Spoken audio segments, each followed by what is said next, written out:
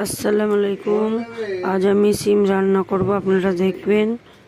সিমগুলো কত বড় বড় দেখুন।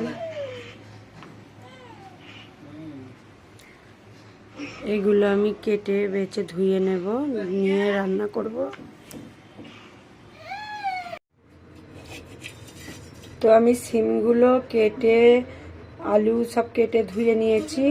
তো চিংড়ি শুকটি দিয়ে রান্না করব। এখানে চিংড়িটা শুকনো খোলায় ভেজে নিচ্ছি, নিয়ে এটাকে ধুয়ে নেব ভালো করে। ধুয়ে নিয়ে তারপর আমি রান্না করছি, আপনারা দেখতে থাকুন। তো এখানে কড়া গরম হয়ে গেছে, আমি তেল দিয়ে দিচ্ছি। চিংড়ি মাছটা ভেজে তুলে নিয়েছি, নিয়ে বেছে তাকে ধুয়ে এখানে পিলাই ভিজু দিয়েছি। দেখুন একটু অন্ধকার লাগছে।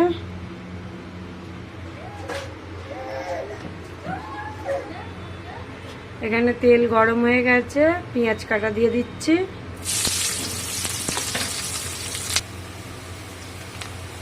এখানে আদা রসুন মিক্স করে বাটা দিয়ে দিচ্ছি 1 চামচ।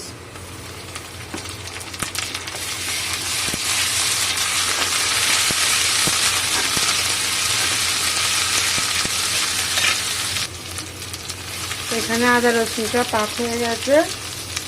এখানে আমি সিম আর আলু দিয়ে দিচ্ছি।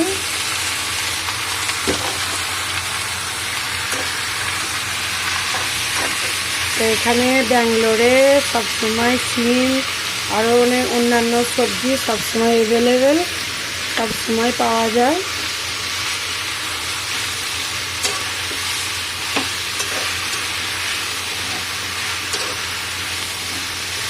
চওড়া চওড়া বড় বড় সিম দেখতেই পাচ্ছেন, আমি 2-8খানা করে নিয়েছি।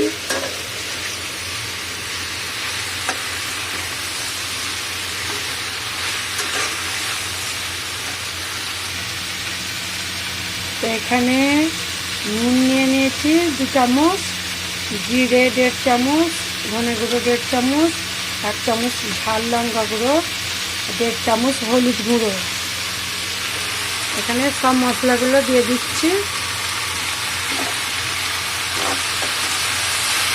তো দিয়ে আমি এরম কষতে থাকছি।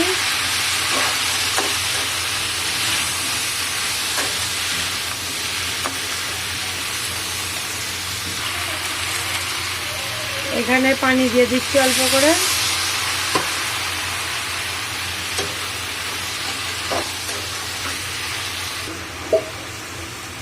এখানে টমেটো দিয়ে দিচ্ছি একটা, কাঁচা লঙ্কাও দেব।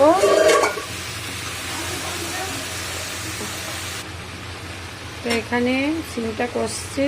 তো এখানে চিংড়ি শুকটি মাছগুলো আমি ভেজে বেছে পানি দিয়ে ভিজে দিয়েছিলাম। তো এখন ধুয়ে নিচড়ে এতে দিয়ে দিচ্ছি। অল্প করে দিয়েছি, হালকা করে। আপনারা এরম বাইনে খেয়ে দেখবেন, হেবি সুন্দর টেস্ট হয়। এখন দেশে কোথায় গাছে সিম হয়নি, কিন্তু ব্যাঙ্গালোরে এখানকারই সিম গাছের। এখানে ঠান্ডা মৌসুম, 12 মাস সব রকমই সবজি হয়।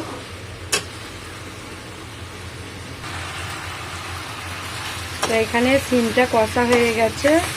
তো আমি এখানে পানি দিয়ে দিচ্ছি। দেখুন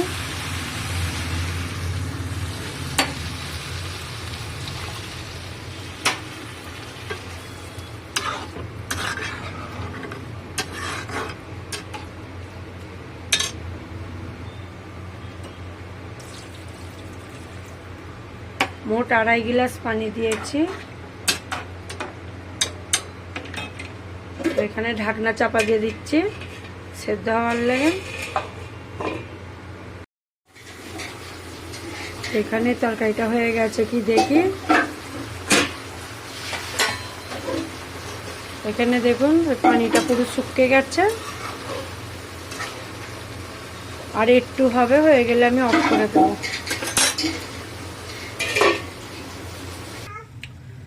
এখানে সিম রান্নাটা হয়ে গেছে। দেখুন এই যে গ্যাস অফ করে দিয়েছি, পুরো বসা বসা হয়েছে। আপনারা দেখে সাবস্ক্রাইব, লাইক, কমেন্ট করে দেবেন। হেভি সুন্দর হয়েছে।